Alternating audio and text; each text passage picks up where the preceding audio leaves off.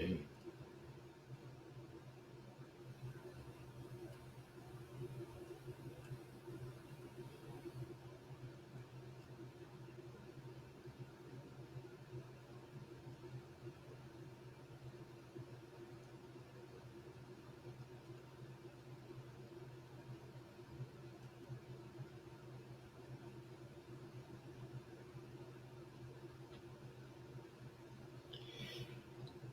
Hello, everybody. Thank you very much for coming.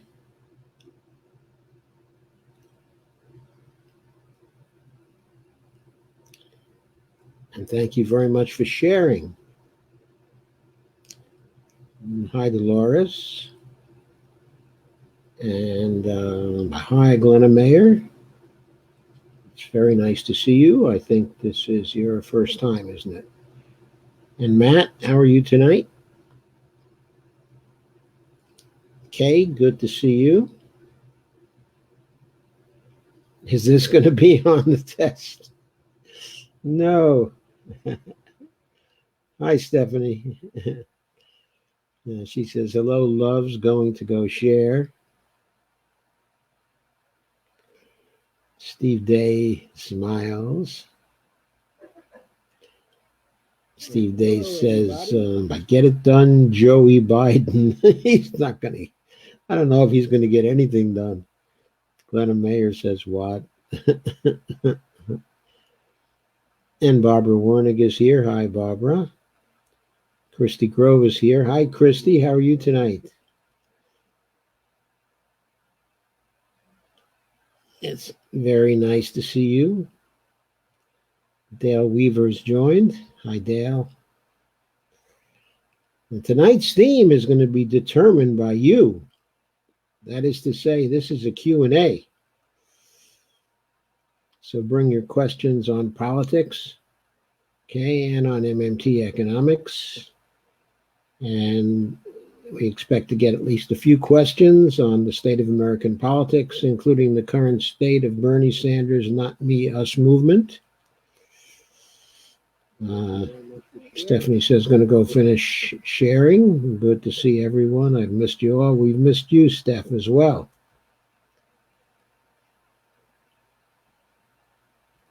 And Kay has joined. Hi, Kay. Nice to see you here as well.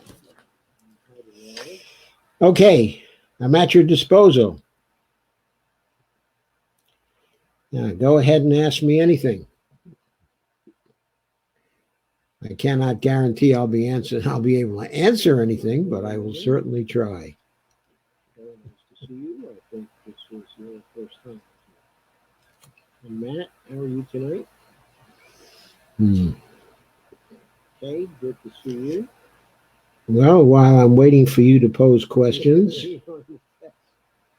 I think I'm going to take this opportunity to show my ticker, which urges you to peer, like, and subscribe, share, like, and subscribe on my YouTube channel when the YouTube goes up, and to remember my Patreon link at patreon.com/Joe_Firestone. And there we are with that. Again, Barbara Wernick is here. Hi, Barbara. Christy Grove is here. Hi, Christy. How are you tonight? And now I'll hide that. Go back to your comments. Very nice to see you. Dale Weaver's joined. And questions.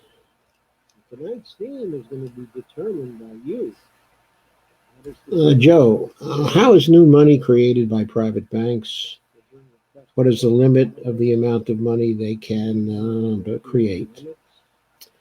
The way new money is created by private banks is when a bank makes a loan,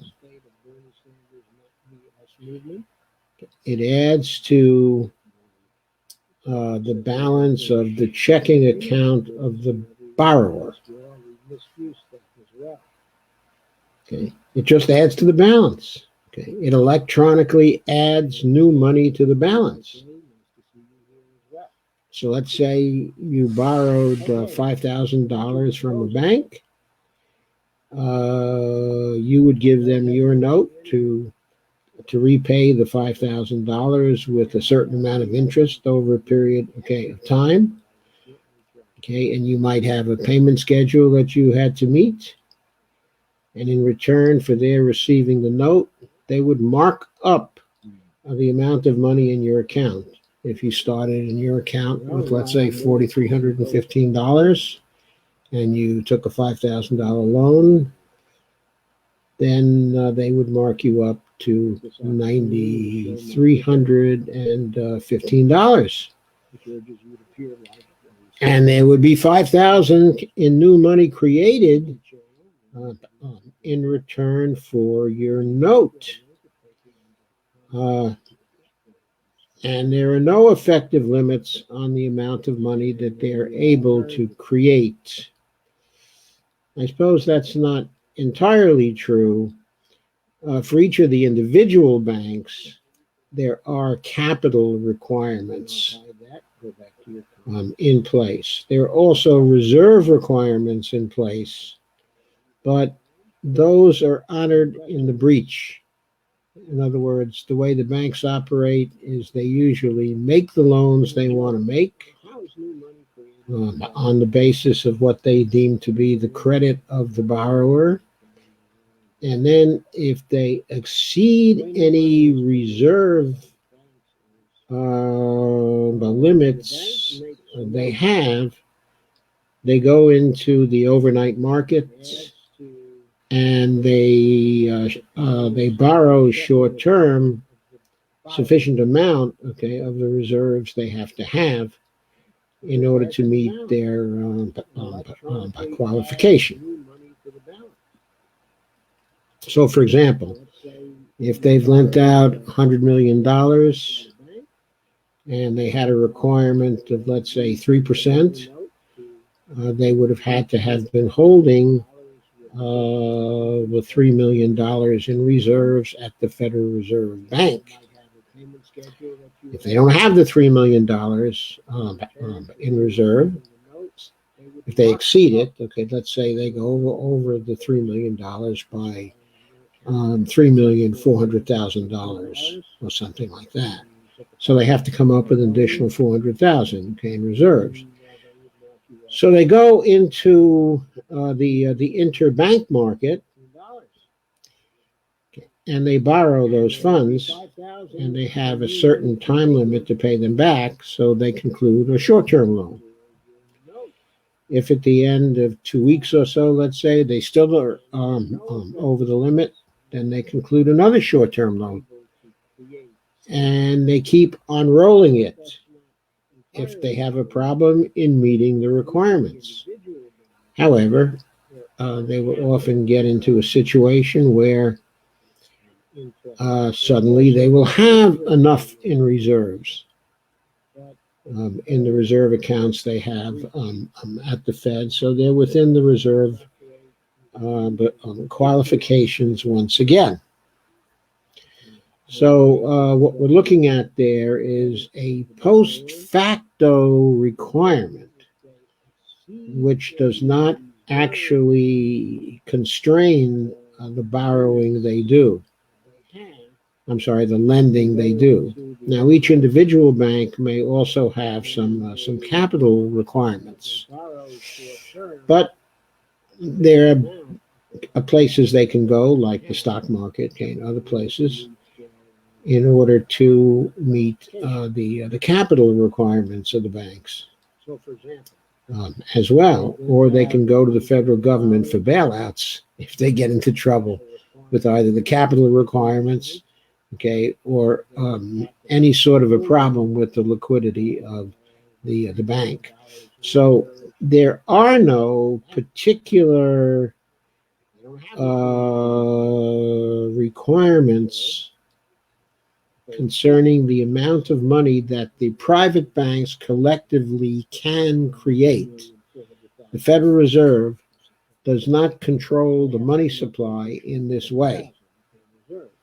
At one time, they thought they did in the late 1970s, and Paul Volcker, who was the chairman of the Fed at that time, tried to control the money supply. And as he tried, he found that he could not control the money supply because he couldn't control the money being created by the private banks. He could control the interest rates, but he couldn't control the money supply. So that kind of proved to the Fed that they were incapable of controlling the money supply. Steve Day asks, what's moving with the Joe E. Bernie Task Force collection of 6 groups? I don't know. I don't know whether the 6 groups have started to meet yet. The consensus of opinion on the progressive side by other live streamers and commentators is that these task forces are a waste, of time. They may result in compromises between the Bernie campaign, and the progressives. There are many good progressives that have been appointed to the 6 groups. And those compromises may actually result in changes to the party platform at the convention. And so the progressives may be getting some symbolic things in return for the work they're going to put in on the task forces. But we all realize, and when I say we all, I mean that all of the live streamers on the progressive side I've seen so far, and myself included, we all believe that party platforms in politics at this time for the 2 major parties do not mean anything. They are guarantees of nothing. They are messaging that the party provides to the public, but if people fall for the idea that the platforms are going to bind the parties in any way, then they are sadly mistaken. So I'm not paying very close attention to the task forces. I don't think they're very important in terms of what they do. They might have some importance in terms of Joe Biden evaluating or having his people evaluate who the Bernie people are who might perhaps be willing to deal with or compromise with the Biden forces in some way. In other words, it may give them some idea who the Bernie people are who are willing to be co-opted to either serve in a Biden administration or to advise a Biden administration or to somehow be friendly to a Biden administration. So we might want to watch out for that kind of thing actually happening. I hope that the task force work does not actually influence Bernie people to sell their work in the Congress short or their work in influencing the public short. People like Sarah Nelson are very much needed now to keep on pressuring the conventional Dems to do something meaningful in Congress. The crises we have now are vital to the future of the nation, and the Democratic Party in Congress is failing very, very badly. Very, very badly, as I covered in my live stream last night and have been covering now for some time. And I think people like Sarah Nelson, Alexandria Ocasio-Cortez, and some of the other Bernie members of the task force have a lot of work to do outside of the context of the task force. I think most of the streamers, most of the experienced people in politics, okay, who are among the streamers, and most of the political scientists, such as myself, who stream,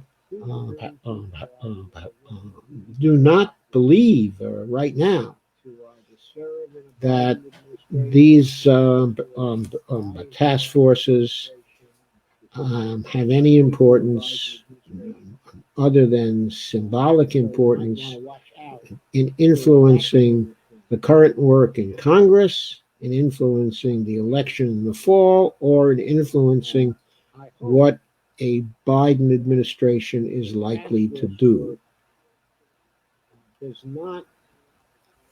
And Russ says, you might as well drop the Sanders not me us and refer to it as only not me us. It's like a separation and a divorce. Bernie left the relationship. I'm not sure Bernie has left the relationship, Russ. He seems to be now criticizing those people within our movement who are saying that under no conditions are we going to vote for Joe Biden. But I think in Bernie's mind, the political campaign is different from the movement.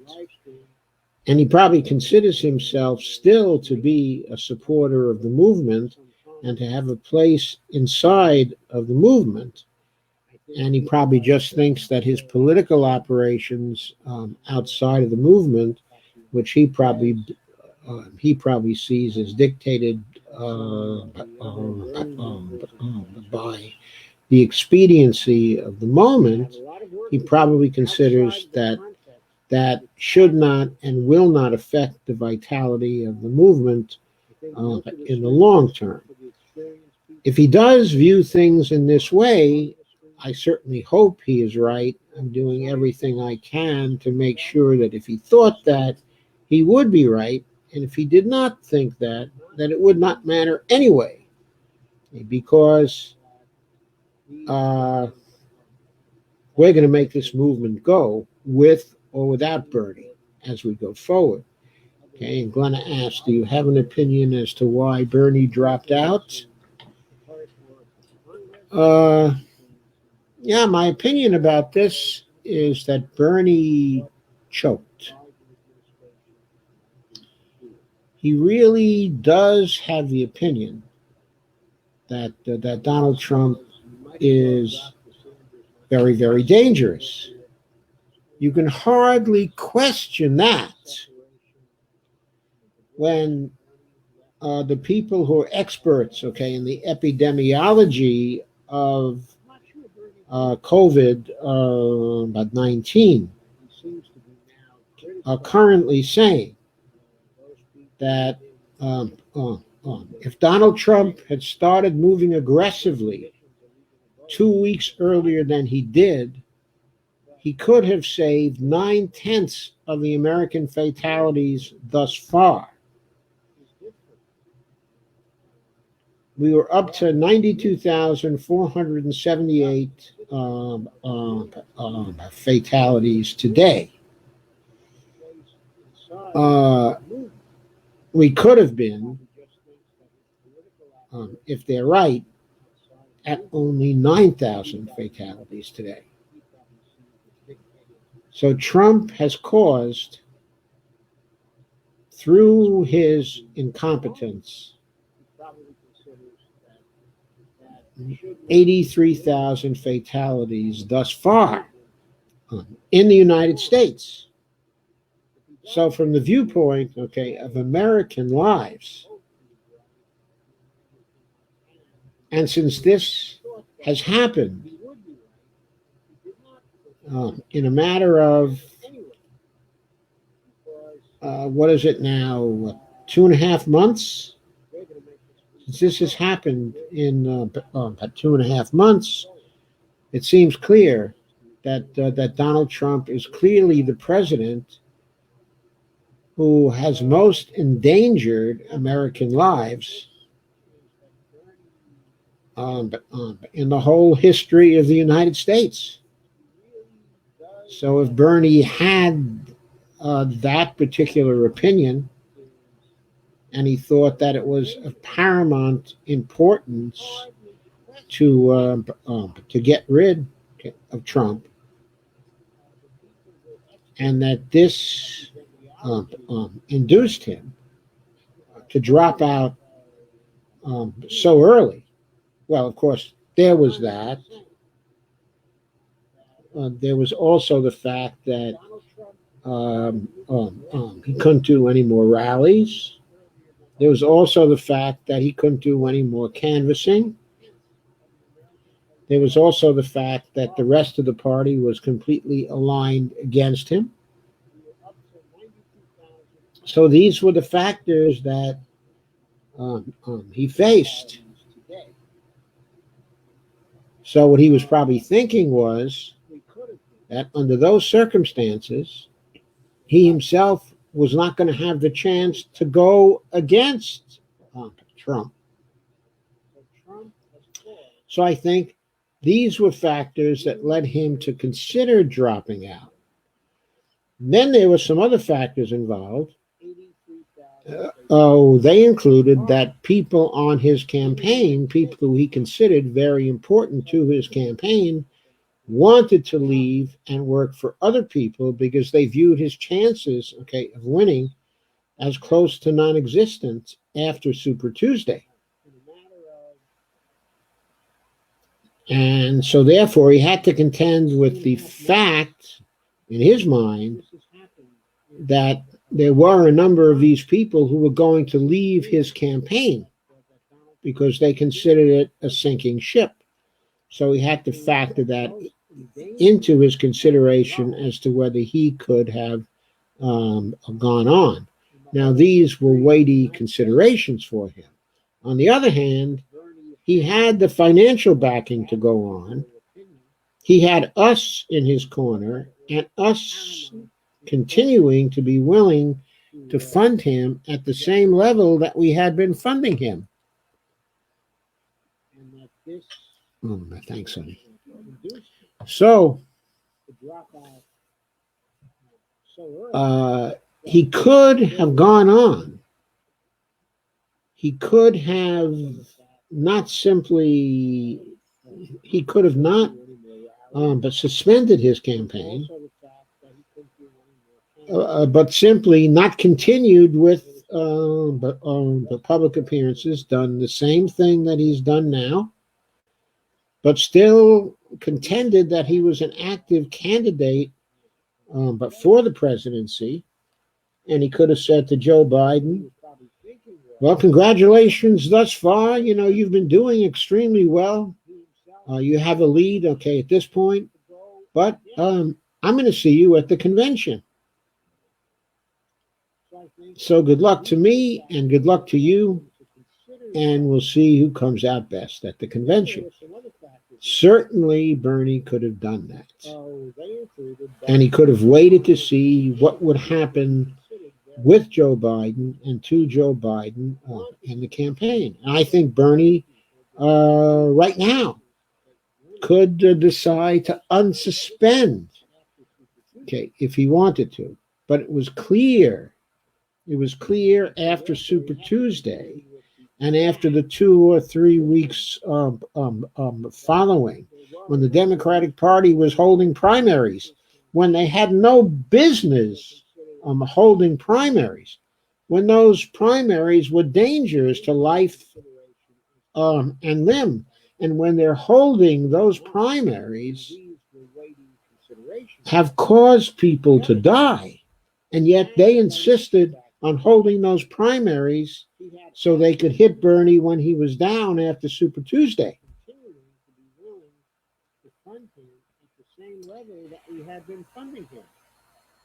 But of course,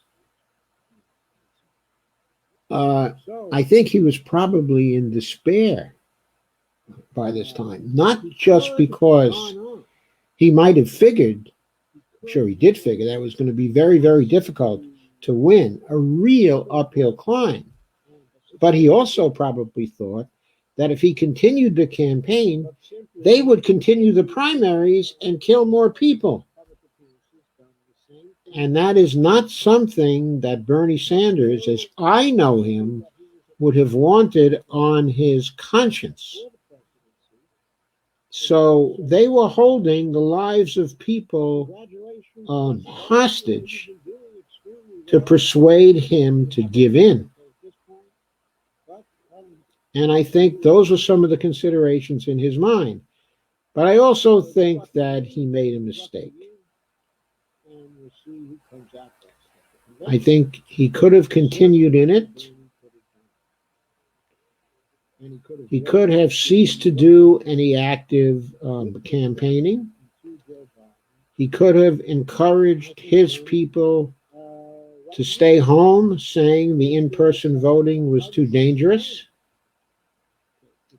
He could have waited for the lockdowns to end, and he could have reheated his campaign in June. And hope for mail-ins at that time. Hope that there would be voting by mail in all the primaries after that. He could have waited to see what the pressure would bring to the Democratic Party. I wish that he had. I think we would have all stuck with him and supported him completely. And by the way, he would have been in a much better position to lead the Congress had he done so. Had he done the same things that he is doing now, but continuously called upon Congress to pass the legislation that he wanted them to pass. I'm not simply saying putting forward the legislation. I'm saying putting pressure on Joe Biden to support that legislation too, and putting pressure on Nancy Pelosi to pass that legislation too, and putting pressure on Chuck Schumer as well to pass that legislation, and growling loudly when they chose to bail out the big businesses first.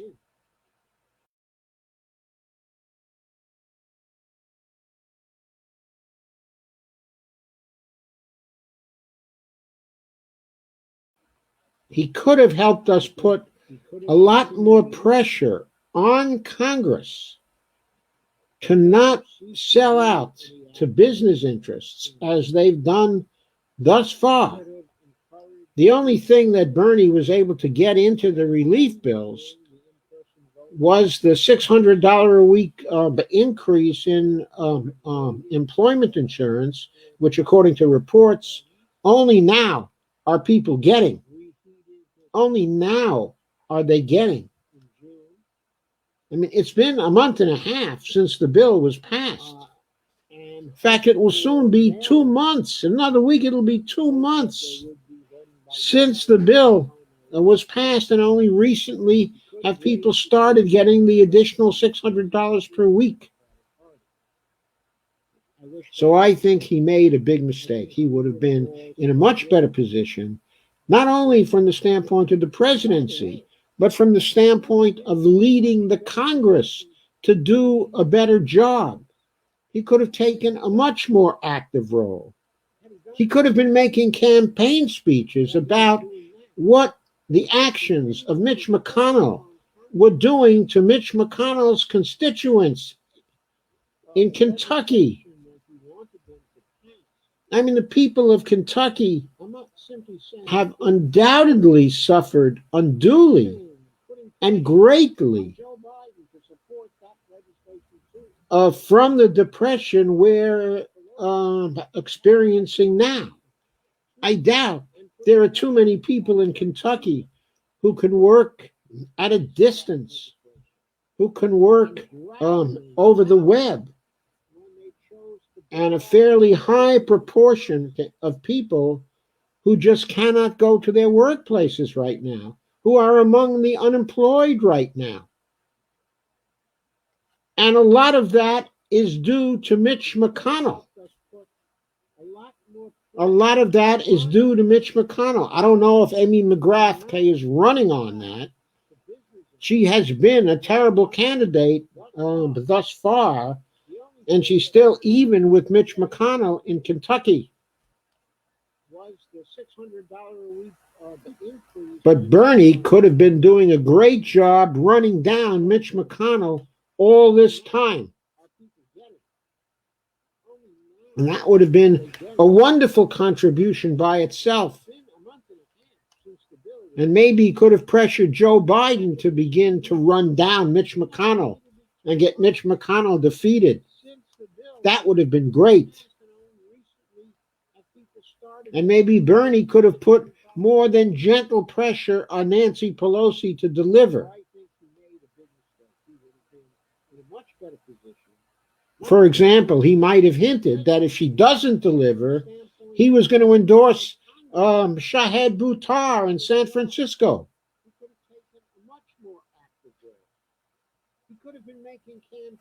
So Barbara Wernick asks, Joe, the GOP is talking about people borrowing from their retirement.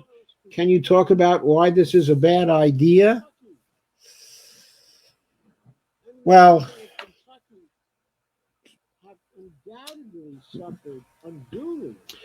whether it's a bad idea or whether it's not a bad idea is contingent on what the political situation is at that time. If people are borrowing from Social Security benefits to get through this particular crisis, and they get through it, and at the same time, we get a progressive Congress, and we get a president who's also progressive between now, and then the Congress and the president, at a stroke,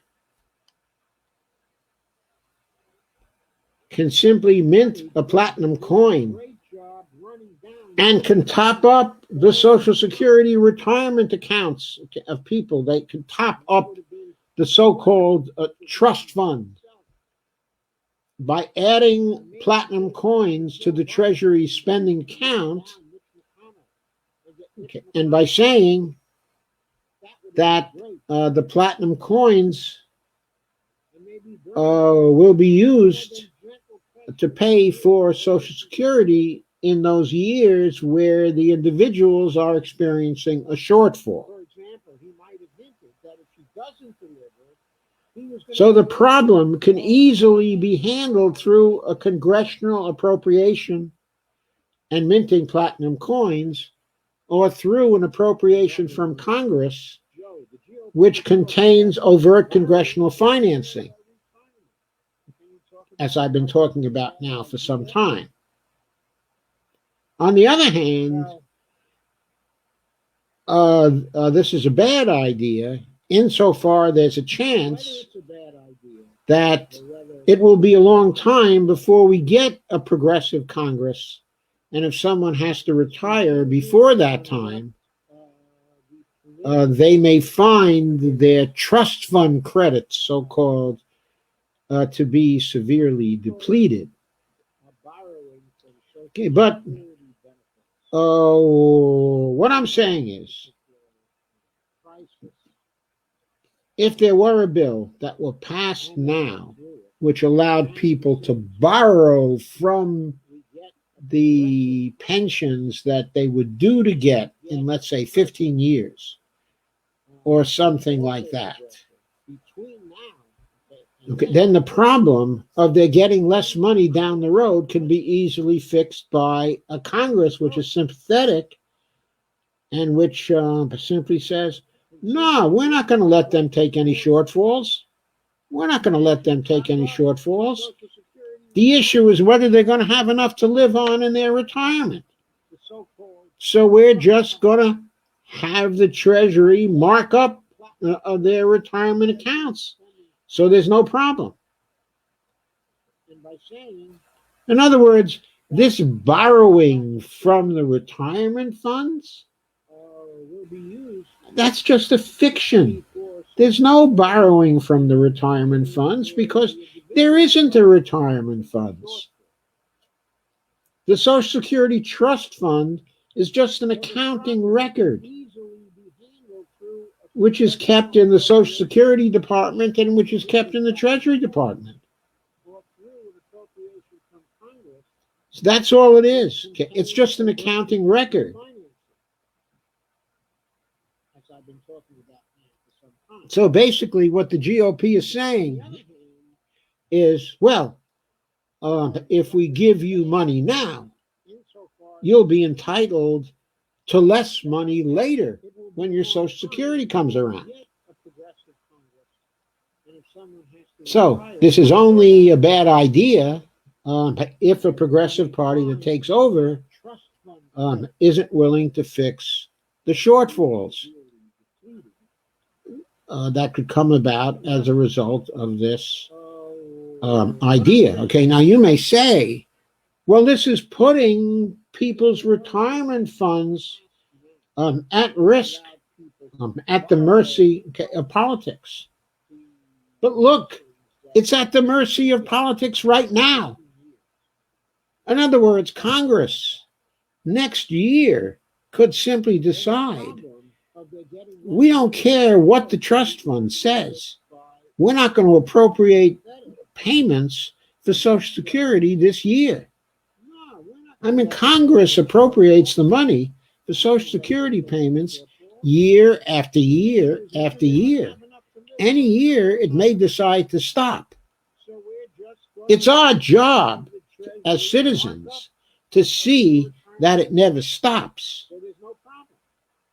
We don't do that very well because we have created a situation where Congress doesn't appropriate the funds for Social Security a year in advance.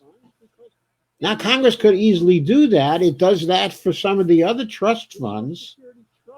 In other words, the trust fund, in order to pay for the pharmaceutical benefits that were instituted by George Bush, and I guess it was 2003, or 2004, the Medicare Part D prescription benefit. The trust fund for that is funded 1 year in advance. So therefore, it never projects a shortfall if current law stays the same. On the other hand, the Social Security Trust Fund is considered to be insecure because under Social Security law, the amount of money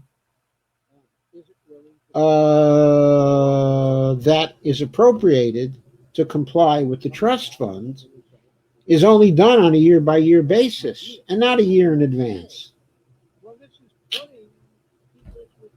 So this is all fictional. It's playing with paper. And what determines the outcome of the games that are played with paper, or actually, with electronic credits? It's us. It's politics.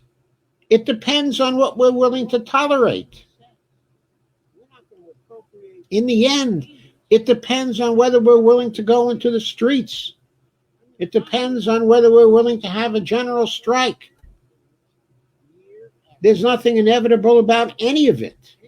It depends on whether we're willing to hold our rulers accountable to us. That's what it is. Kay says, Dylan Radigan was on Jimmy Dore's show today talking money. He's my favorite money guy. Now, Kay, you really hurt my feelings because I thought I was your favorite money guy. If you get old Dylan Radigan on this show, Kay, I'm going to give him a lesson or two in modern money. He surely needs one because he's never understood that. Matt says, can the Fed ever create money with no federal oversight or direction? Well, it has the most general oversight from Congress, okay, in its mandate, Matt. Okay, from time to time, it gets some oversight from the Congress and direction from the Congress, but uh, since 1951, when the myth of the independence of the Fed was created, with the compromise that was forged at that time, but between the Fed and the Treasury, with Congress looking on. Uh, but since that time, everybody is saying, "Oh, the Fed is independent. We have to keep our hands off the Fed." The Fed is not independent constitutionally. The Fed is a creature of Congress. Congress created it. Congress is able to regulate it, and Congress is able to uncreate it by folding it into the Treasury Department if it wants to. So the Fed has oversight and it has direction right now, but that oversight is at the pleasure of Congress. And we have to make the Congress change the direction of the Federal Reserve because it is far too friendly and supportive of Wall Street now. And Congress has set it up that way. And we need to get Congress to end that. Evelina says, so they're non-binding task forces. Yeah, they're always non-binding. They're informal bodies. At this point, they're party bodies. I mean, not even Democratic Party bodies. They're bodies that are creatures of the Biden campaign. I mean, Biden decided to create these task forces, okay, of advisors. That's the status. He can have other advisors outside of the task force. He reportedly has Larry Summers as one of his advisors outside of the task forces that he did not dare name to the task forces because probably Bernie wouldn't have it. But he's still probably taking phone calls from Larry Summers. He's probably still listening to Larry Summers and Gene Sperling and all the people from the old crowd that he used to work with. He probably still takes their calls and they get to tell him what they think. And I don't think that Stephanie Kelton, okay, or Alexandria Ocasio-Cortez, okay, or anybody else on the economic team, okay, along with Stephanie, who else is okay, I guess Jayapal is no, she's on the healthcare team. Who's the person? Who's the other person who's the co-chair, okay, of the economic team? I don't know, I forget. But anyway, whoever it is, I suppose it's probably Jared Bernstein. Okay, but anyway, I don't think, well, I won't say Jared Bernstein doesn't have the same influence on Joe Biden, okay, as Larry Summers has. Thankfully, by now, Jared Bernstein may have similar influence to Larry Summers. And Jared Bernstein by now will be much more favorable to deficit spending and financing and much more favorable to the MMT point of view than Larry Summers is. But Jared Bernstein for years has been trying to position himself between the radical sort, okay, of neoliberal school, okay, in economics, and the MMT community. He's been portraying himself as open to MMT ideas. And Stephanie's been trying to teach him some MMT for years. So that's what's been going on there. Let me take a drink of water, please. Or actually, this is turmeric tea with a little water in it. There is a slight echo. Oh, Bonnie's telling me there's a slight echo. Do any of you hear an echo? If you hear an echo, please let me know, and I will do something about it. I guess Shea Paul is she's on the healthcare team.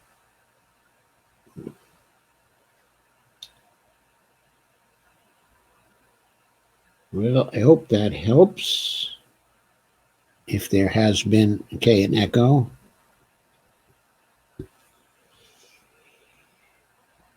Okay, Bonnie tells me there's an echo. She's hearing one on her machine.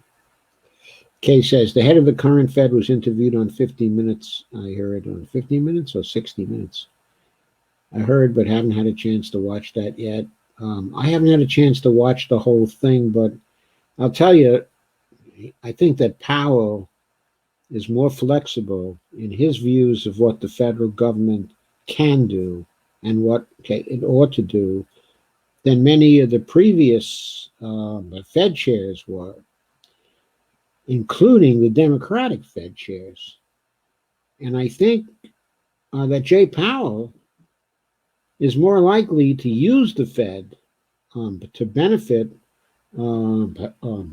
people and workers,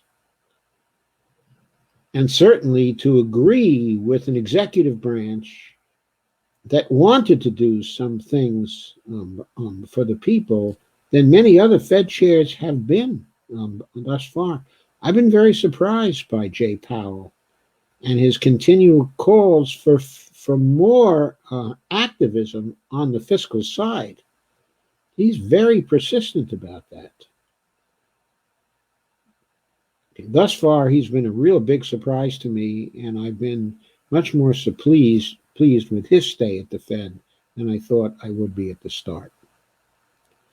Steve Day says, too bad AOC and Kelton are in there then to waste their time. Well, it may not be a waste of time. It may have an educational effect on some of Biden's people. So I wouldn't characterize it as completely a waste of time. But, and especially not with respect to Stephanie, since she's not in a direct position to influence the Congress anyway. On the other hand, with AOC, she has to be very wary now and very active in trying to help Jayapal and Pocan to organize the Progressive Caucus to put up substantial resistance to Nancy Pelosi, who has been getting her way in all these relief bills thus far. And what she's done is awful, just terrible. Steve Day says credit currency is bank business. Stephanie says, ooh, finally done sharing 130 groups. Laugh out loud. Thank you, Stephanie. I knew something was happening to keep my numbers up there, given all of the competition I've been getting. Yeah, I understand that Shahed is on with Joy Mann tonight. Oh, that's very stiff competition. Shahed is a great candidate, all the way a great candidate. Evelina says, younger people might go for the Green New Deal talk and task force, perhaps, but who knows? Perhaps. Evelina says, not so sure it's a complete waste of time. Well, I'm not so sure it's a complete waste of time. I think I indicated that. I think that's too strong. And Stephanie says, Bernie is still relevant and always will be. He started the revolution. Okay, well, this revolution. I agree, Bernie. He always will be relevant. And he, is still relevant. But the question is, Whether he's still part of the movement or not, I don't know. We have to act as if we're going on without him, because right now, his electoral posture and his criticism of our unwillingness simply to cave to Joe Biden is working against this movement and what it might accomplish. Because the only way we're going to get anything out of Joe Biden or out of the establishment is out of making them afraid that we're not going to cave and that we might just stay home or vote for Jesse Ventura, who, by the way, isn't completely out of the race yet. There are still vigorous efforts to try to get him to run on the Green Party ticket. And boy, if Jesse were running on the Green Party ticket, running on a Medicare for All and a Green New Deal campaign on the Green Party ticket, he could pull an awful lot of votes away from Joe Biden, or he could force Joe Biden to move way, way, way to the left in order to get our votes. And that includes endorsing congressional candidates who are way to the left. We need something to move Joe Biden to the left. And endorsing Joe Biden at this point, or saying to pollsters that we're going to vote for Joe Biden, okay, at this point, that's not going to make Joe Biden move to the left. Conversely, Joe Biden won't have the enthusiasm he needs in order to win this until he goes to the left, until he's in a position where he can critique Trump for his handling of the coronavirus and for his handling of the economy. Joe Biden has to get into a position where, if he's to have the enthusiasm he needs to get Nancy Pelosi to shut up and start passing the bills we need, or to throw her under the bus and get with it. Because for the party to be unified, we need Medicare for all right now during the coronavirus. And we need the job guarantee bill. And we need the basic income of $2,000 a month for every person until this crisis is done. But not to mention $1,000 for each of the children, okay, as well. And we need this to be funded with $2 trillion worth of platinum coins, or $2.2 trillion worth of platinum coins, as is specified in the Jayapal Tlaib Act, the ABC Act. And we need to have the Paycheck Guarantee Act pass as well. So Matt asks, Joe, I would love to get your take on the history of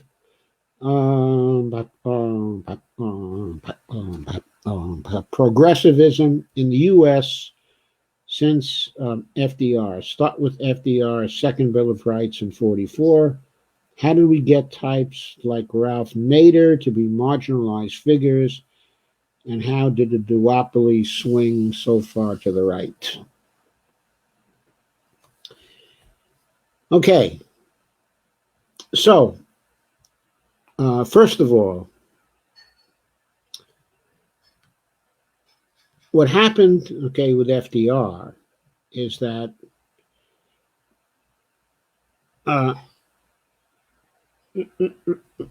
there were many supporters, okay, of FDR who no longer spoke of actually being progressives. There was another label we used back in the 40s, the 50s, and 60s. That was, we characterized ourselves then as people who were liberal. We were the liberals. the Liberal Party in New York State at that time was very prominent, okay, and very active as a third party, okay, in New York State. And it was to the left of the Democratic Party. And it made the Democratic Party run further to the left. Okay?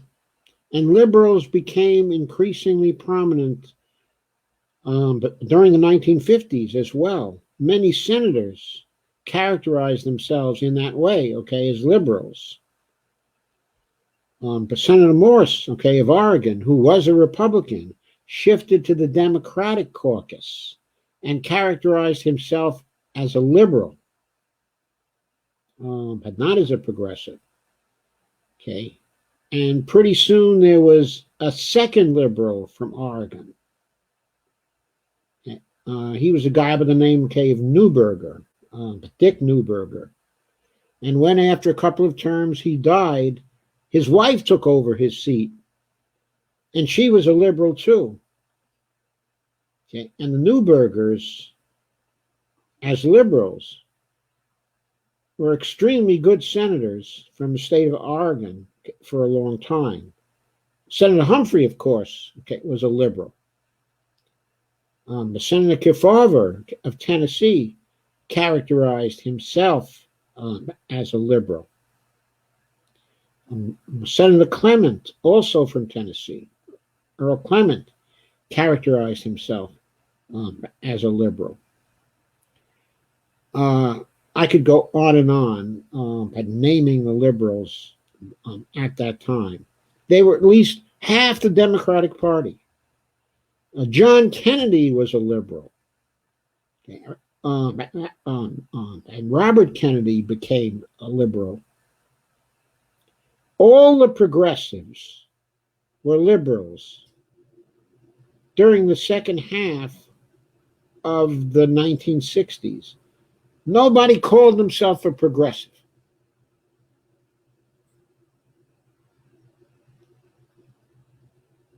As the 60s passed, though,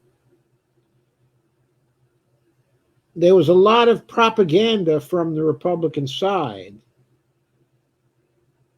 trying to dirty up the label liberal, basically using the meme of tax and spend, tax and spend, tax and spend. Okay, and the liberals did believe in taxing and spending, taxing the rich and spending for the people. And liberals were very successful with this kind of program for years and years. So in Ralph Nader's case, he came to prominence in that kind of an environment. But Nader, while he was a liberal, okay, in many ways, he was never a liberal when it came to deficit spending. He was, for the time, a weird person who believed in balanced budgets and taxing as much as the federal government actually spends. He was, for a time, extremely successful. He didn't focus in on macroeconomic issues. He was not in opposition to the Keynesians, but he sort of ignored Keynesian economics. And what he was about was actually regulation of business in relation to safety, in relation to impact, in terms of environment, okay, and climate, in terms of the internal structure, okay, of business. He hated monopolies. He wanted to see regulation that broke down the larger companies into smaller companies. Of course, he was always an anti-bank figure. So he was progressive in all those ways. but he was not a progressive from the macroeconomic standpoint. And so from that point of view, he was less liberal. Now, Keynesian economics during the 1960s was taken for granted by the Democratic Party. Okay. As the party moved into the 1970s, even the Republicans recognized the way to handle the economy was to use Keynesian school-based policies on the economic side. So Nixon was not afraid of deficit spending. And of course, when he went off the gold standard, some of the people in his administration actually adopted the view that deficits don't matter. Because some of them understood that when Nixon went completely off the gold standard, that actually deficits did not matter then because the United States could not have any solvency problems. They had a feel for that back then. I won't say they completely understood it, but certainly Dick Cheney had a feel for it way, way back, okay, during the Nixon-Ford period. But something strange happened during the 1970s to Keynesianism, and that was the appearance of stagflation in the economy of the United States. That was misdiagnosed by the economists of the time. According to Keynesian theory, it should have been impossible to have inflation without having a full employment situation. And when we started getting those effects, at first during the Nixon-Ford period, okay, and later during the Carter period, the Keynesians were hard pressed to explain why that was happening. They retained the view from Keynesianism that somehow the inflation must be getting driven by the deficits the federal government was running. Historically, those deficits weren't really very high. They were running for a good part of this period at 3%. Now they got a little higher when what started in the Nixon period was because of the price of oil. We had a fair amount of inflation during the Nixon-Ford term. Then the Federal Reserve would tighten up on interest rates and tighten up on credit. The banks would tighten up on credit. And what would happen is the economy would pull back then, and we would start getting employment rates that were high. And so we started thinking about something known as the misery index. Okay, and the misery index was a combination of the level of inflation in the economy and the level of unemployment in the economy. And people were seeing very high misery indexes because people were getting a lot of inflation in the economy, and the unemployment rates were also very high. So with the pressure from the Fed, the unemployment rates would go up further, and the inflation rates would begin to go down at that point. They would have some effect on business pulling back. Okay, when credit was tightened, investments pulled back, in business. And the unemployment rate went still higher.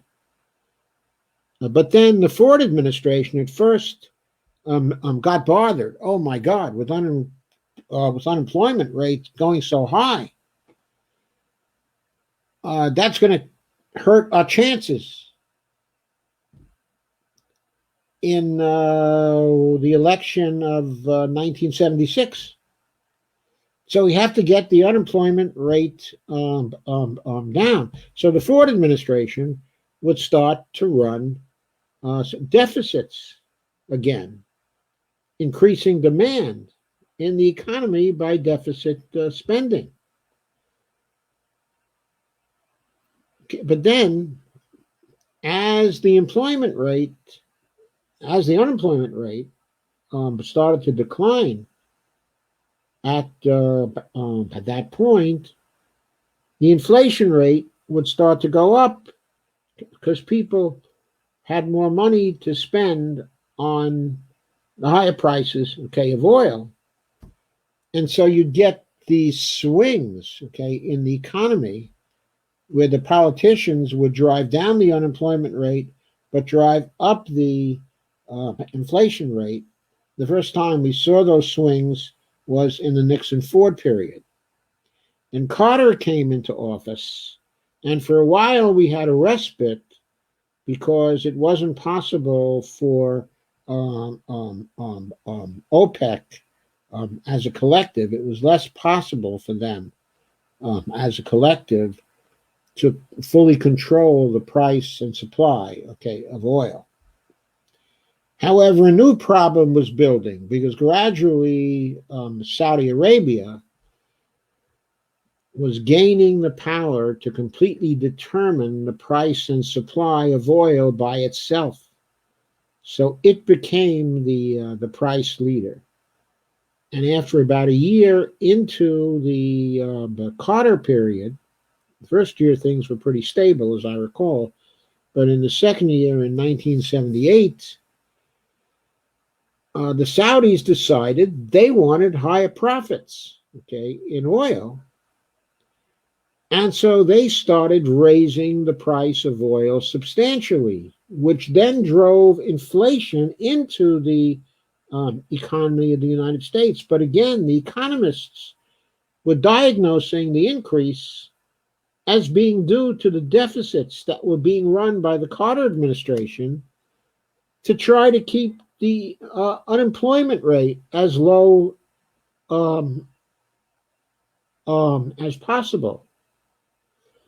So that's when Carter became nervous and worked with the Fed to try to dampen down inflation by tightening up on credit and by raising, okay, the interest rates.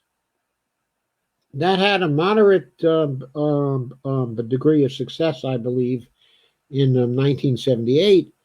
But the Fed was kind of losing control of the whole thing, and Carter did not have control over the Fed chair, okay, at that time, who was a relatively liberal person, okay, and a bit of a Keynesian. So Carter went looking for a new head for the Federal Reserve. Okay, and the guy who was Fed chair at the time, okay, was very well known, and but his name escapes me now. He decided that he was going to leave his post at the Fed, and Jimmy Carter decided in 1979 that he was going to appoint Paul Volcker. And but Paul Volcker, who was a kind of Keynesian also, had some ideas that he could control the money supply. That he could control the money supply by controlling the interest rates. And so while Jimmy Carter, while trying to keep his deficit small, still was running some deficits. In fact, it was during the Carter's period that the level of the national debt reached the lowest point after the Second World War. It was something then like, if I recall correctly, something like 33%, okay, of GDP, but during the Carter period.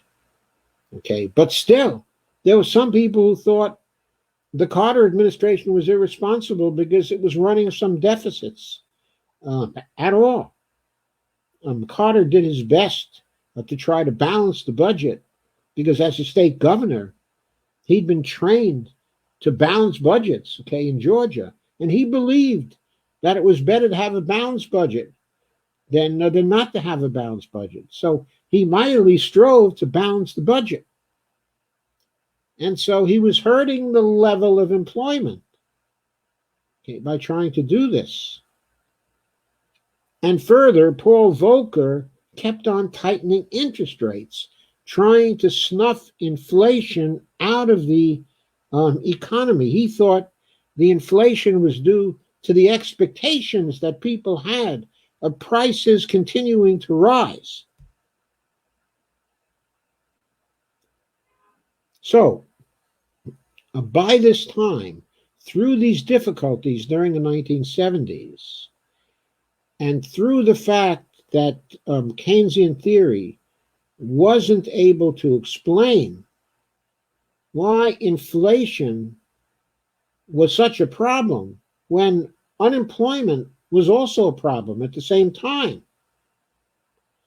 Somehow it escaped the mainstream, okay, of the Keynesians, that perhaps the inflation of the time was not being caused by demand created by deficit spending by the federal government, but was being created by cost push or supply push by the Saudis setting the prices and driving the price, okay, of oil up. So what also contributed, okay, to the inflation was that the labor unions during this time had considerably more power than they have now. And they would respond to inflation by getting larger wage increases from companies. And they were being pretty successful at it. So the Fed was saying, one of the major causes before inflation is government spending, but there's also the unions. So we have to try to set the monetary policy so wage earners are disadvantaged and aren't able to get successful wage settlements anymore. So what Volcker was trying to do was to weaken labor and, in fact, to use wage settlements as a signal that further inflation was going to happen so that the money supply had to be tightened. So Volcker continued on this path until he drove interest rates up, drove the prime rate up to 21%. And driving it up so high really created a substantial recession at the end of the Carter period. So it was Carter, by appointing Volcker, that caused a recession at the end of the Carter period that was a big factor in Carter's defeat, but during the 80s, okay, the 1980s. But now all through this time, all through the 70s, the propaganda machine of the conservatives was hammering away at the idea that liberals were behind the Vietnam War crisis, that liberals were behind the financial problems of the 1970s.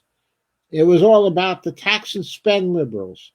It was all about the welfare queens of the period. The welfare costs, the welfare spending was so high and helped to account, okay, for the deficit spending. So the conservatives were trying to blacken the reputation of the liberals all through the latter part of the 1960s and through the 1970s. And as they did that, instead of fighting them tooth and nail, but in the media, and believe me, the liberals had great counter arguments at that time. But after all, the liberal politicians in Washington were still politicians. And politicians would rather switch than fight in most cases. So, what the liberals in the 1970s began to do was to give up the label of liberal, even though liberalism had gotten so much for the American people over time.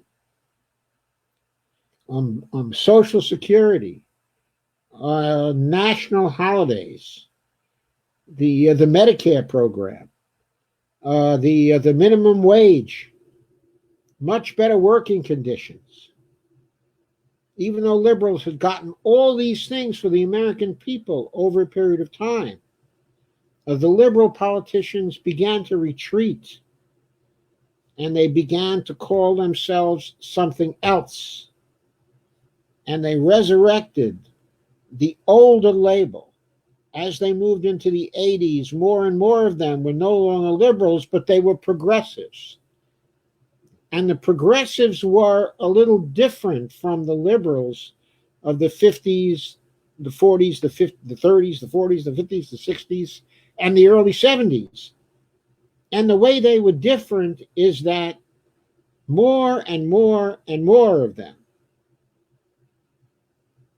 like Bill Bradley, Dollar Bill Bradley, and Gebhardt, and later Nancy Pelosi, more and more of them were deficit reduction and balanced budget types, like Ralph Nader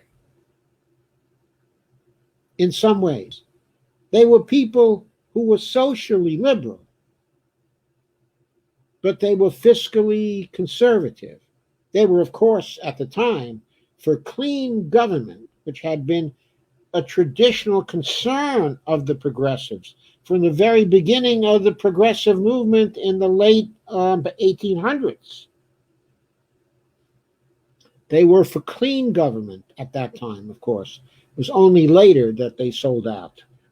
At the time, they came in as exponents of clean government who were for the people, but who were fiscally responsible.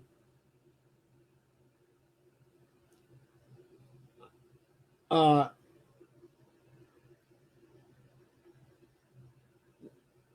and so increasingly the progressives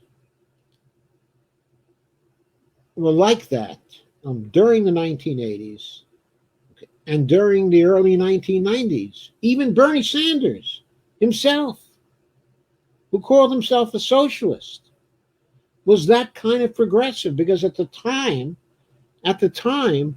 all you heard from Bernie was how the deficit had to be reduced and how everybody had to be fiscally responsible, including himself. He wanted to do a lot for people, but it was always based on a fiscal responsibility point of view. It was not only Nancy Pelosi who was emphasizing the problem of the deficit. It was Bernie Sanders too back then. So that was what the progressives were like in the mid 80s, increasingly in the late 80s, and during the 90s. And the distinction between those progressives and centrists, such as the Clintons, was that the Clintons, of course, were leading the way in selling out to the corpse and in getting rid of the regulations which the classical progressives really favored. That was so important to them, and that continued to be important to Ralph Nader. And so that brings us down to pretty close to the present. and I'll leave it to you to fill in the blanks from the year 2000 up to the present, because you're probably familiar with that. But the roots of the present condition, okay, of the progressive movement, actually come from the 80s, okay, and also from the 90s. And the changes which the progressive movement is going through now is in the return of the progressives to being something close to socialists or even becoming democratic socialists. And also the changes in the progressive movement in terms of an understanding of how money is created by a monetary sovereign.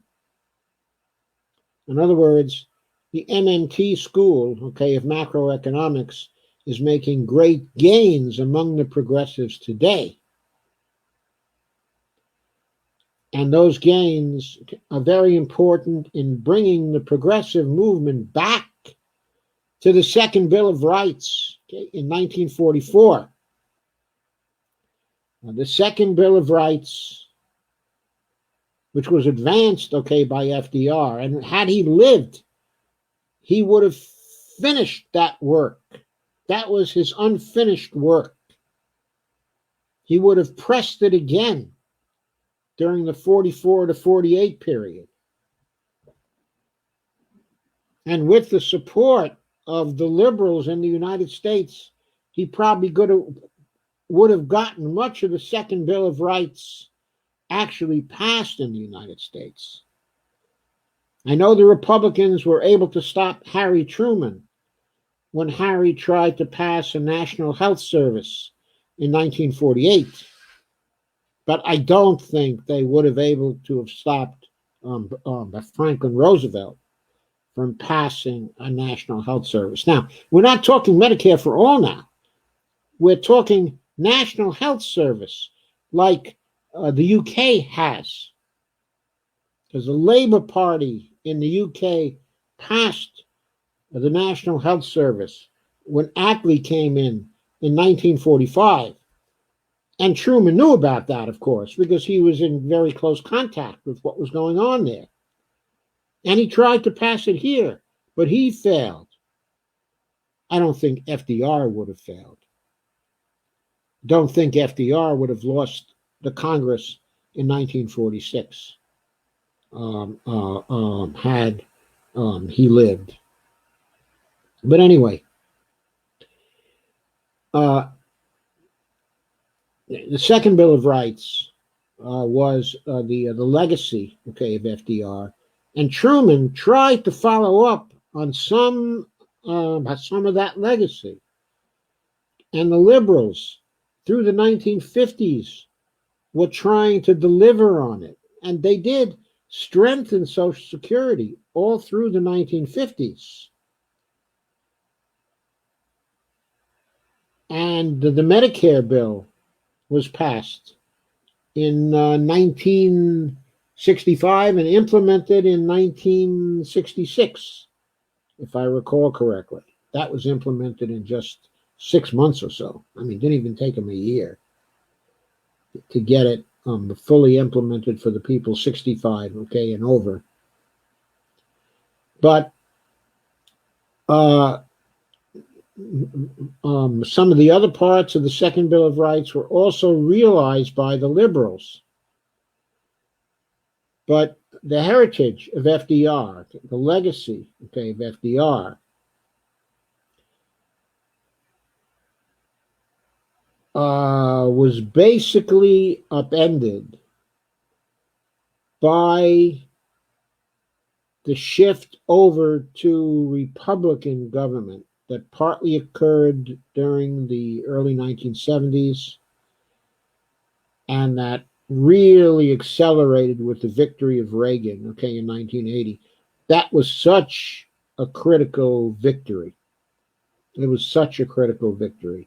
And also the failure of the Keynesians in the 1970s to recognize the inflation was a cost push inflation, and that the way to get out of the inflation was to run away from oil as fast as we possibly could.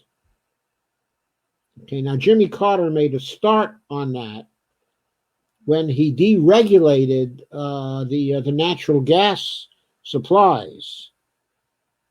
So natural gas increasingly became a substitute for the use of oil in home heating, causing an oil glut to take place in the early years, okay, of the Reagan administration. The oil glut, actually, more than anything else, caused the Fed to back off its deflation tactics, okay, and interest rates, and caused the inflation to start to go down. Because once you had an oil glut, the Saudis lost control of prices in the markets, okay, the oil markets. Also, the Saudis from then on were much more responsible about increasing the price of oil because they also reserved, they learned during the period of the 1970s that since they were so dependent on the United States for many manufactured goods and many of the things that they needed to have in Saudi, they began to realize that when they raised the price of oil, that drove all of our prices up here, and that they were getting a feedback effect from that, so that they were paying much more for the goods that they were getting from the United States. And they began to doubt the efficacy of raising the price of oil to increase their profits. So after that, they made a deal with the Reagan administration, and of course later with the Bush administrations and the Clinton administrations and all the other administrations since then, that they would use their leadership of pricing in the oil market to give them, okay, an adequate degree of profit, but also to benefit consumers here in the United States, so that they backed off trying to drive the price of oil up and tried to establish a collaborative relationship with the United States, so both sides would benefit it. Now, of course, this was not good for us, and the reason why it was not good for us was because we became increasingly dependent on oil as a fuel over the years, and we never developed the alternative sources of energy. We never progressed much along the track that Jimmy Carter had set up in the 1970s. He started us on the shift to solar and to wind and to alternative sources, okay, of energy. And had he been elected again, okay, in 1980 and been allowed to continue on that path, we may have gone very far in that particular transition. Now, this would have involved greater conflicts with the Saudis, of course, but that would have been good for us as well, because we would have been able to have established a more objective sort of view concerning politics in the Middle East. We might have been able to continue as kind of an honest broker in that situation, rather than becoming so closely tied both to the Israelis and the Saudis that we were not able to actually broker a larger peace between the Arab world and the Israelis. So that was probably a negative side effect of all that was going on with oil at that time. But anyway, I'll leave the story here. In future, if you still have the question, I'll take you from the end of the Clinton administration up to the present. But I figure you know something about that anyway. But the way we got types like Ralph Nader to be marginalized figures is, well, the Republicans were trying to marginalize him, of course, for all those years. And as the Democrats became more and more subject to donor money from the corporations, which got its start actually under Lyndon Johnson in the 1960s, but really accelerated under Reagan during the 1980s and under Clinton, okay, in the 1990s. The People's Party was getting more and more penetrated by the donor types and by the creatives, okay, and by the consultants all through this time. And of course, they were enemies of Nader's emphasis on clean government and regulation and on fairness, okay, and on human rights. In other words, Nader's moral approach to politics was foreign to the whole orientation of the short-term kind of pragmatism that was being practiced by the Democrats increasingly through the 1980s, all through the Clinton period, and from there right up to the present. The Democratic Party has been completely corrupted with respect to its vision, with respect to the ideals that used to motivate the Democratic Party, really up through the Carter administration. All that has gone away over the years. And figures like Gephardt, okay, and Nancy Pelosi have been instrumental in this shift of how the Democratic Party thinks of itself and how it has actually prioritized the interests of the creative classes as opposed to the working class interests, including the working class people who were middle class in terms of economics and in terms of their values as well. Increasingly, the Democrats have moved towards a suburban creative class kind, okay, of orientation, which is most consistent with the consultants, the very expensive consultants that are so important in the electoral efforts of the Democratic Party present. I have to go on to other comments, I'm afraid. Steve says, nope, Doc, Russell is right. Bernie left the relationship. Yeah, well, okay, you know what I think? I'm not going to argue that point. I mean, I agree on the facts with you. I just don't think it necessarily means, okay, an ending of the relationship. But certainly in the campaign, we believe that Bernie has made wrong judgments and that his judgments are now hurting our movement, the Not Me, Us movement that he so aptly named. Steve said, I went to a Bernie rally, I think early March, 20,000 people packed into one room at the LA Convention Center. Yep, before the lockdown. I don't know whether any people got sick from that or not. I don't know if there's been any tracking of that. We do know that there were a number of fatalities that occurred, okay, among people who voted in the Wisconsin primary. I think there were a number from the Illinois primary, okay, as well. Those late primaries, okay, the Democratic Party insisted on holding. Those killed people. There's no question about that. And Barbara said, Steve Wolfbrandt, he had the numbers. No way we lost a fair race. And I kind of agree with that too. People don't want to recognize, including the Rising program, Crystal Ball, and Sagar. They never talk about the machine rigging. We know that occurred. We know there was rigging with paper ballots in California besides.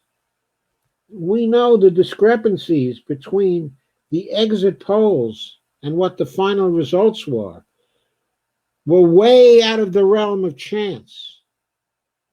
In some instances, the differences were 23 points one way or the other. It was ridiculous. The gaps could only have been produced by rigging in some of those states. Rigging in Texas cost Bernie the primary there. Rigging in California probably cost him 7, 8, maybe as much as 10 points in terms of the victory. He might well have won by 18 points if not for the rigging in California. He probably lost in Massachusetts due to the rigging. He probably lost in Minnesota due to the rigging. He probably lost in Michigan due to the rigging. I don't even know about what happened, in Illinois. Because already by the time of Illinois, Bernie wasn't encouraging his people to go to the polls. I'll tell you that. No way he was doing that. Steve says, I have no use for Bernie anymore. I don't want to see his face. He had no will to fight. Oh, Steve, come on.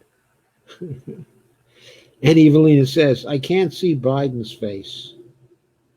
And Steve says, him either. And Sam said, the establishment had to nuke our momentum at any cost. They had to throw away the general election to stop a progressive revolution. Absolutely, Sam. That's absolutely what happened. We can't allow them to nuke our momentum on a continuing basis. They did it for a while. Yes. Our despair was palpable and has been palpable. It is time now to come back. It is time to look for the general strike, support the general strike, support Shahed in California, support the other progressive candidates who are down ballot. But we have to make sure Shahed beats Nancy Pelosi. We have to do everything we can to make that happen. We managed to raise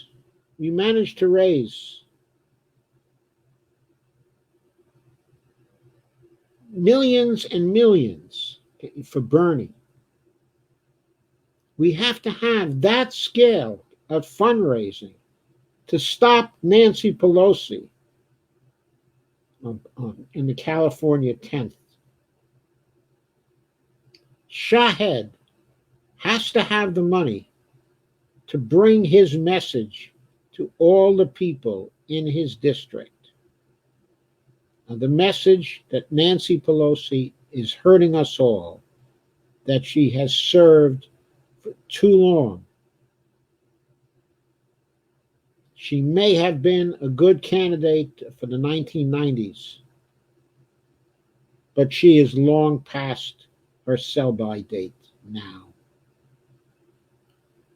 We've got to work to get the people of San Francisco to recognize that and for them to go for Shahed.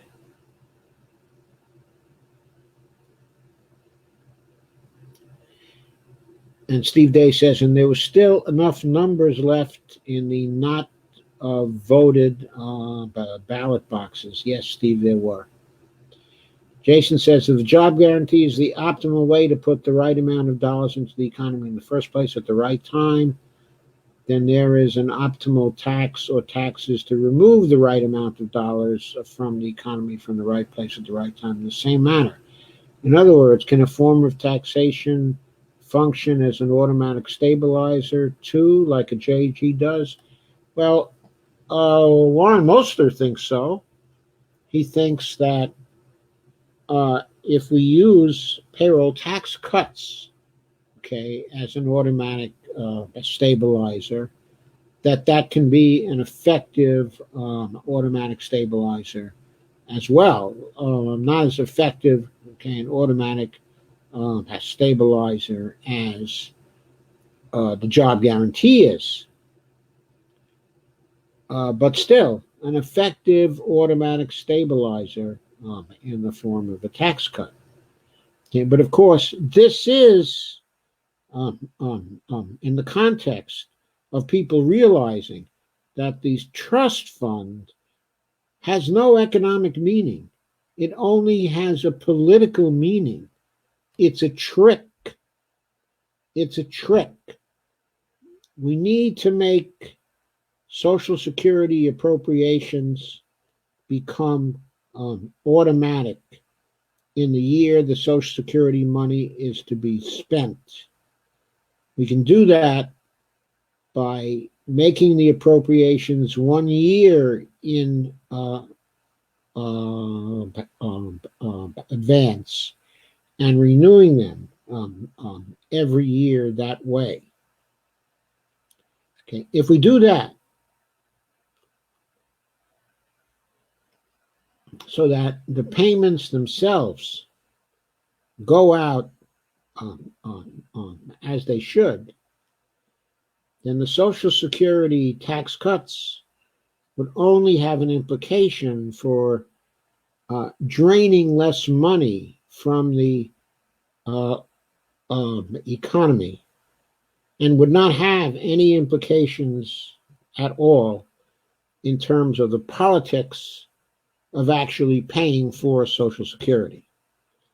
So we have to create the right context for that. The context should be one of simply getting rid of the trust fund and just acknowledging there's no reality to the trust fund. There's only a political reality to it. And just to begin to appropriate the Social Security funds a year in advance and make that an automatic thing that's done every single year, unless some politician decides that, after all, Social Security has to go, and enough of them agree that they decide not to appropriate the money for Social Security. But if they do not do that, there would still be a year to correct that particular error. And that would undoubtedly happen at the polls the minute somebody does that. Anyway, if we took care of that first, and then we went into the payroll tax cut, and we used that as an automatic stabilizer, it would undoubtedly be very successful. And we wouldn't do it by cutting all of the payroll tax at once. What we would do is calibrate things. So depending on the changes in the economy, there'd be a gradually backing off of the payroll tax. Not even on a year-by-year basis, but as each month actually passes. So depending on the state of the economy, either part of the payroll tax would be restored, or we'd back off a little further on the payroll tax. Kay says they don't ever tell you about the black guy who's running as a progressive in Kentucky. In Kentucky against Mitch McConnell. No. Who is the black guy running in Kentucky against him? I don't know who that is, I'm afraid. I haven't been keeping that close attention to that race. Steve says borrowing from your 401k is not a good idea. Well, your 401k is private, but Social Security is not private. Okay, and Congress can always restore your full benefits if it chooses to do so. Kay says all they have to do is scrap the cap on Social Security. Once again, scrapping the cap on Social Security is not going to create any money for Social Security, Kay. The only thing that creates money for Social Security is congressional appropriations. Congressional appropriations financed through the various means the Treasury Department can use to top up its spending account. Okay. So, yeah, I think they should scrap the cap on Social Security. I'm all for that because I'm all for the wealthy paying higher taxes. And I don't see why that tax ought to be a regressive tax. It's bad enough it's a flat tax. It should be a progressive tax. Lana says there is an echo. And Lana says, scrap the cap for what purpose? I just got here. Oh, but Kay thinks that if you scrap the cap and the Social Security fund gets okay, and so more money is collected by the federal government. Then the Social Security Trust Fund is not going to run out of money. What is not understood here is there's no money in the Social Security Trust Fund. Okay, it's only an accounting record. And we can adjust, the Congress can adjust that accounting record at its pleasure, anytime. Sam says it's a distant echo as if someone is watching something in the background. Okay, hang on, everybody. I'll see what I can do to totally get rid of it.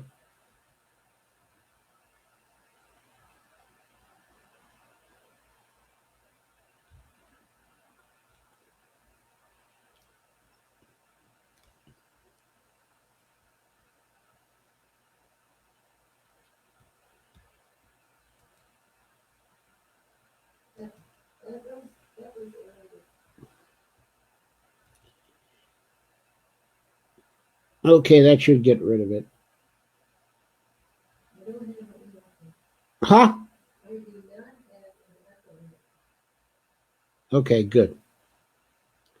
Okay, do you hear me now? Good. Jeff says, good evening, Joe and all. If you're familiar, Joe, what is your take on sovereign wealth funds?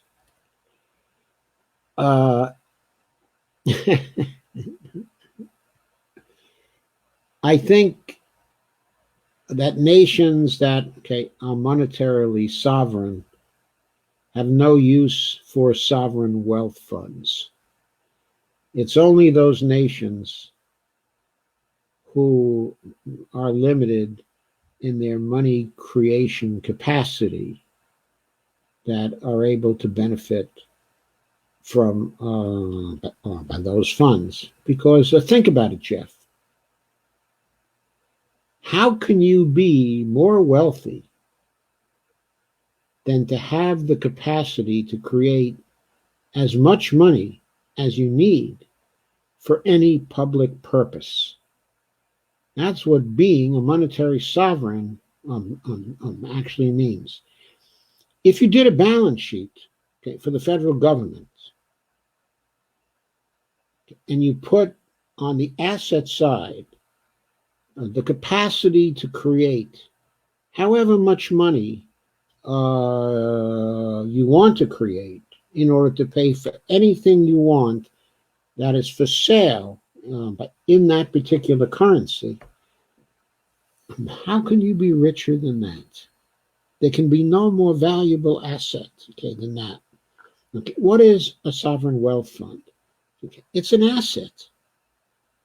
It's an asset that a country has.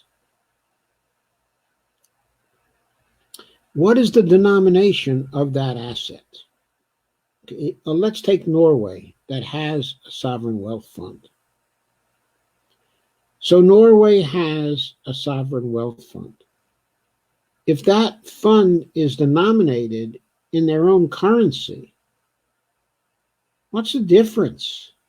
Okay, if they're a monetary sovereign, I'm not sure if they are any longer, a monetary sovereign. Okay, have to look that up. Whether they are now members of the Eurozone, and are using the euro. But if they're not, what's more valuable? the trillions they have in their sovereign wealth fund, or their capacity to create an unlimited amount of money in their own currency. I mean, that's it. My first impression is they're a sham, but unfamiliar at the moment. And he says, unrelated, my job, public school district, won't stop paying me or my coworkers per diem.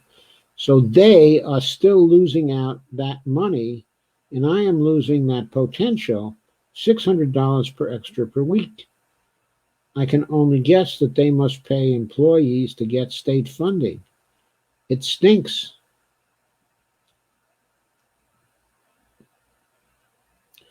And Jeff says, I hear it as well, clear and soft, from like a minute ago. Okay, I hope I've ended it now. Of course, it's an hour later now, so hopefully I've ended it. Kay says, so they can span SS but forever. The rich need to pay more than on their first 130,000, I think it is now. Yeah, they do. I think Bill Gates should pay on the whole amount of his income. And Lana says, Social Security is not funded with your paycheck deductions. Absolutely, Lana. And Steve says, not too bad. Kay says it is funded by the FICA payroll taxes. No, it is not, Kay. It is not, Kay. Kay, I'm going to send you a link to a blog post I've written. And I hope that blog post will persuade you that Social Security payroll taxes, the FICA payroll taxes, do not fund, quote unquote, Social Security. Jason says it isn't funded by any tax. Lana says, no. Paycheck withholding is a tax that takes dollars away from those of us still working. Social Security checks or direct deposits are not new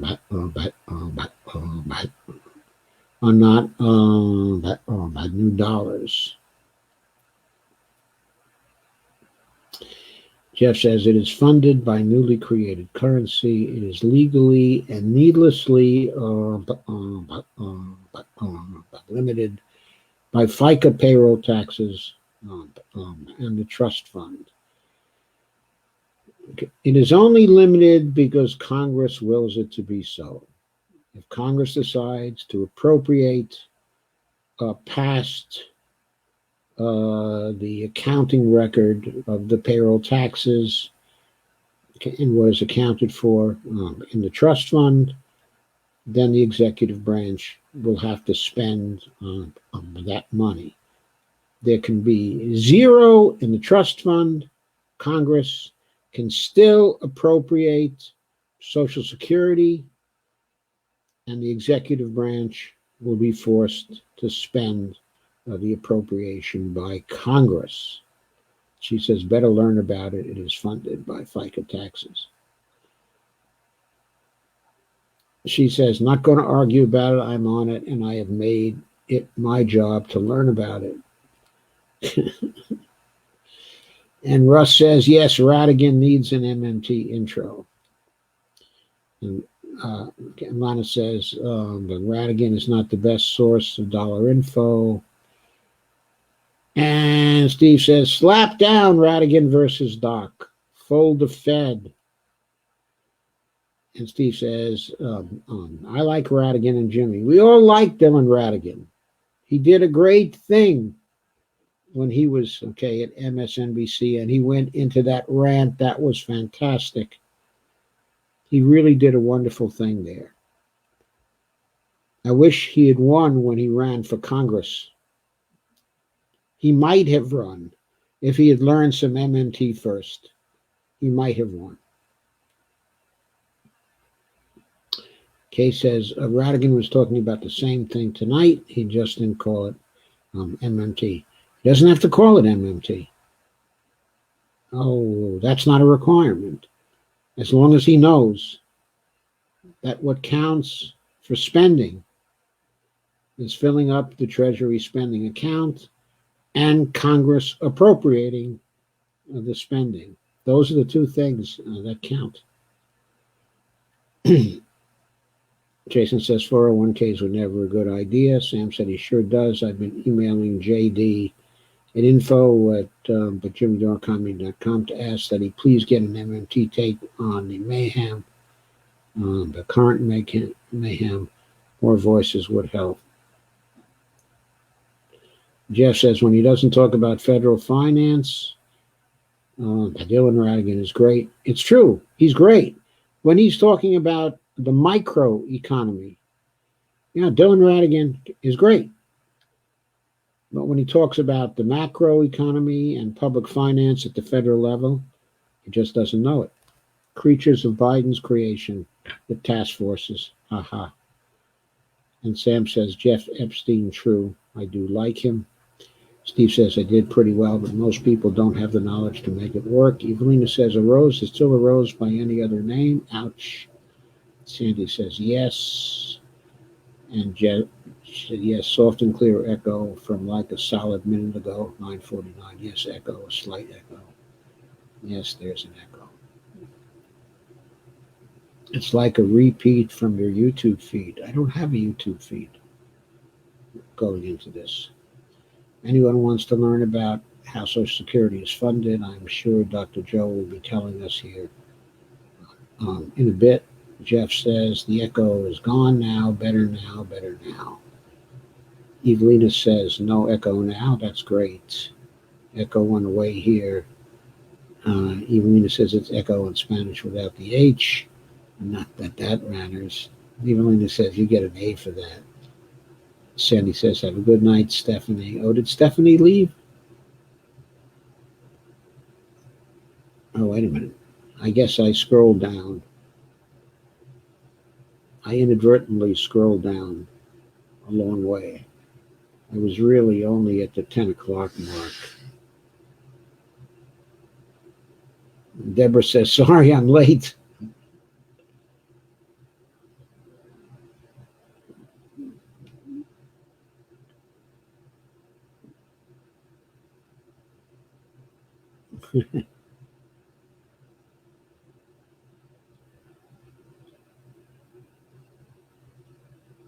Stephanie says, sounds like a sound plan. Hey, Sandy.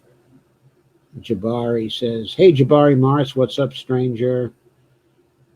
And Sandy says, hi to Stephanie. And Jabari says, just finished watching, interview, of Shahed. Oh, also, by the way, I watched one today with actually Nomiki Konst, interviewing him. He was brilliant in that interview. In fact, I've always found him to be brilliant, but he was brilliant in that interview, too. Really brilliant. Steve says the word liberal had a different meaning back then. Okay, if you run into someone on Twitter who has the handle, of Libby, Libby liberal, you have to recognize her as a very lefty progressive. She is a liberal according to the meaning of that term back then. So just remember, if you run across her, she's not a neoliberal, not in any way. Sandy says, great video, Jeff Epstein. Evelina says, what did he say?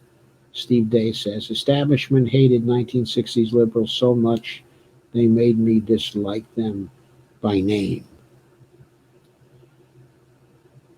And Jabari Morris was asked by Stephanie, how was it? Steve says, safety belts.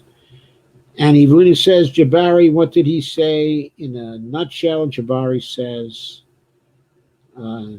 Stephanie says, Jabari, send some love this way. Steve Day says, Corvair on Impact. You betcha. Jabari says, it was good. You can go to http://youtube.com, Real Progress in Action to watch. I certainly will. Steve says, not safe at any speed. Jabari, I plan to watch later or tomorrow. Love, Shahed. Deborah said, sorry I'm late. Now, we all love Shahed here. Jeff says, thanks. Couldn't have done it without Joe's assistance. And Stephanie says, no worries, Deborah. Steve says, the invisible hand, it was a lie. It was a lie, and we did not used to believe in it back in the 50s and 60s either. And Lana says, Steve, too much emphasis on it for sure. Deborah says, solid positions on all our grievances, a must listen. And Jess says, assume you're referring to the Graham one concerning the Fed. Steve Day says, is that about invisibly reaching into our national purse? No, it's about demand creating supply, which is fine until you get to late stage capitalism. Steve Day says, I don't know. And Jason Bessie says, Bruce Patrick. And Matt says, Joe, I'm very impressed you can answer all these questions with such thoughtful and substantive responses. And many thanks, he says. Well, thank you for asking, Matt. It was a good question. Kelton's quote from Volcker. The USA can spend as much as it wants. He didn't say that back then. I never heard him say that back then. Kay says, I like Carter. He was about all people, not just the rich. He was about all people. And I liked him too.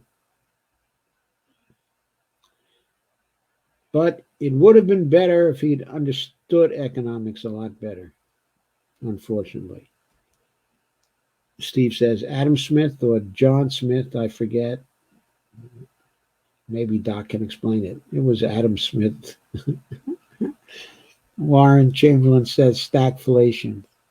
Evelina says, Dr. Joe is a brilliant human. Thank you very much. And Jason Bessie says the stagflation of the 70s was a consequence of a supply shock, cost push inflation, not a demand pull inflation. Absolutely. Warren Chamberlain, cost push inflation, cost of living escalators. It was about that. It was about the interest rates. It was about the oil. It was about the wage earners through their unions doing their best to keep up with the inflation that had already been created by the Saudis. The unions were not the first movers in the 1970s. It was the Saudis. And then it was the Fed. Steve Day says, famous national speech on consumption of goods. Steve says, it's a free university class. And Steve Day says, overconsumption. Steve says, socioeconomic history and current affairs 101, 102. And Kay says, Carter was interviewed a couple years ago on Tom Hartman. He called the new USA and oligarchy out loud. He was the first one I heard actually tell the truth about that. Well, I think I beat President Carter on that by something like, if you say 2 years ago, that was 2018. I think I was saying that in 2011, certainly by 2012, and I have the receipts, I have the blog posts.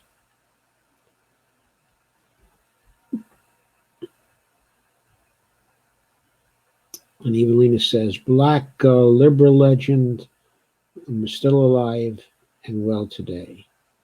It really stuck. Steve Day says, heard that from the horse's mouth.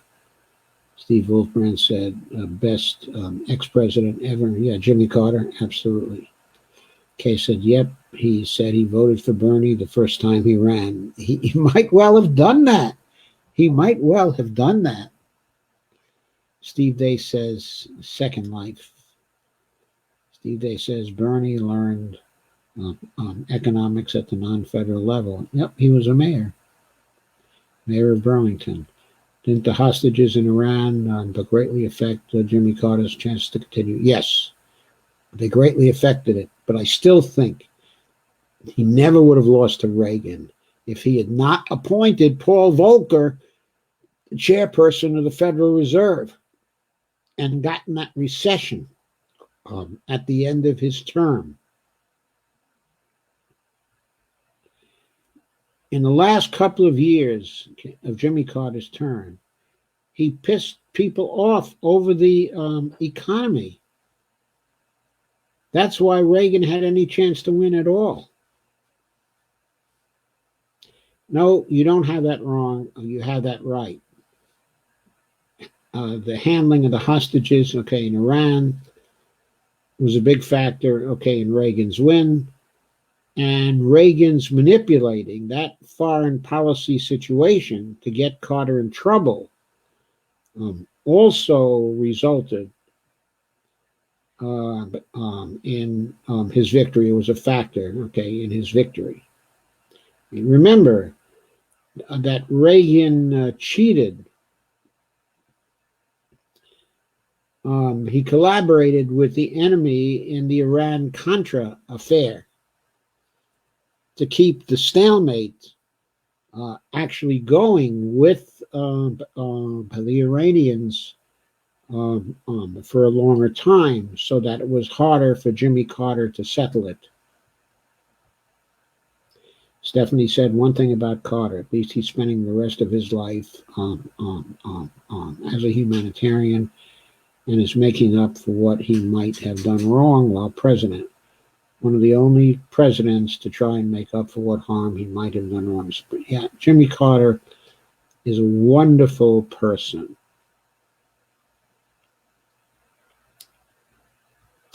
Roseanne Carter is a wonderful person too.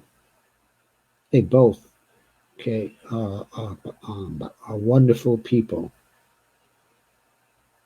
In my view, they are much better people than any presidential family that has succeeded them. In case says, Evelina, actually Nixon committed treason by telling the hostage takers that he would pay them more if they held off by their relief, okay, until he won. I think you're confusing what Nixon did towards the end, okay, of the Vietnam War. That wasn't the hostage takers. It was actually North Vietnam, okay, in that particular situation. He persuaded them not to conclude a peace with the Johnson administration, okay, and suggested to them that they would get a much better deal from him if he was to win, okay, in 1968. So yes, he did commit treason, okay, in my view, and I think Lyndon Johnson should have prosecuted him for it. I was always sorry that he did not do that. Evelina says he sure has, okay, in many ways.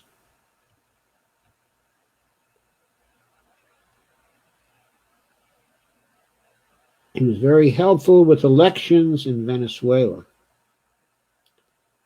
Is this Nixon was helpful with elections in Venezuela? Warren Chamberlain says in the auto industry, the big three American auto companies were an oligarchy. I'm sorry, the big three auto companies were an oligopoly. Yes, they were. And the UAW made it a virtual monopoly. Wages and the cost of labor and production went up, and the COLAs made it worse as the inflation rate drove wages higher. To reduce the cost of the production, automation was accelerated to reduce the man hours needed per unit. For 10 years, my plant did not hire very many new hires to replace the people who were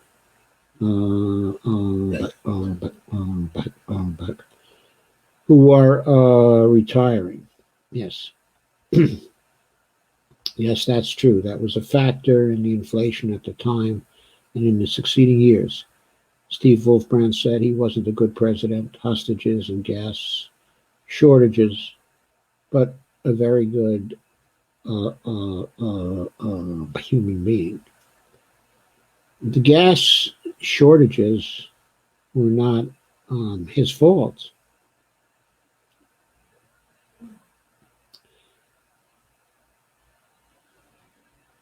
The hostages were in part, though, a result of his foreign policy and his actions towards the Shah.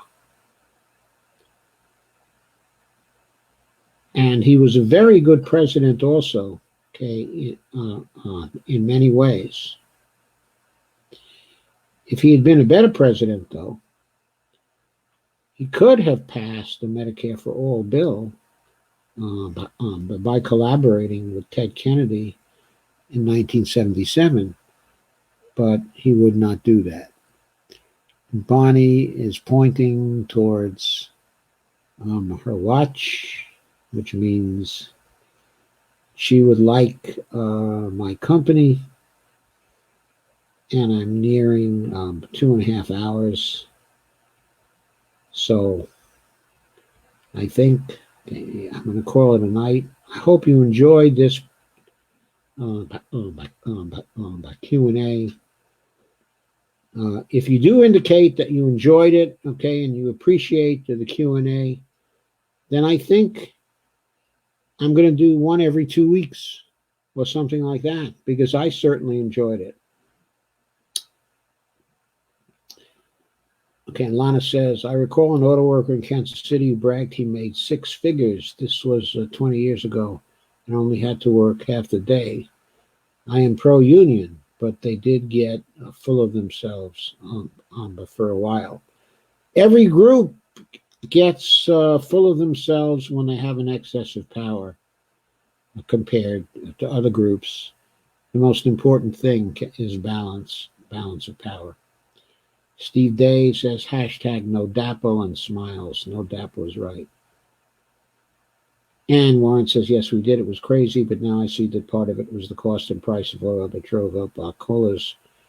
We would get a raise every month. Yeah, that's what it was for. That's what it was for. It was because the price of oil was driving up prices in the economy.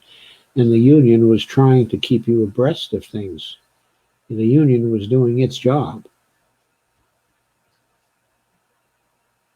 But I think the federal government was not. I think what it should have done would have been to ration the oil and put in tight wage and price controls. They tried some wage and price controls there then. But the Carter administration wasn't really serious about that. It had to go to World War II levels to meet the oil crisis and to make the transition to alternative fuels then. With the proper program, the Carter administration could have done a lot of that. They could have done a lot of the transition, sufficient to have made us completely independent of oil supplies coming from abroad, which meant we could have set our own prices here for many years thereafter, and we could have continued a gradual switch to alternative sources over the next 20 years. And with the proper research programs, we might have had the technology by the year 2000 to completely end our dependence on fossil fuels, either domestic or foreign.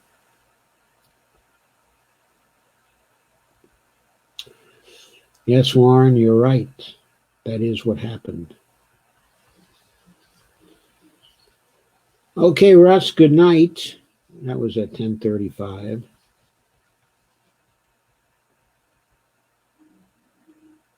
Okay, everybody. I need to say good night now. And let me know, please, if you like this. Because if you did, then 2 weeks from now, we'll have another Q&A. But good night. And please don't forget to share, like, and subscribe on my YouTube channel.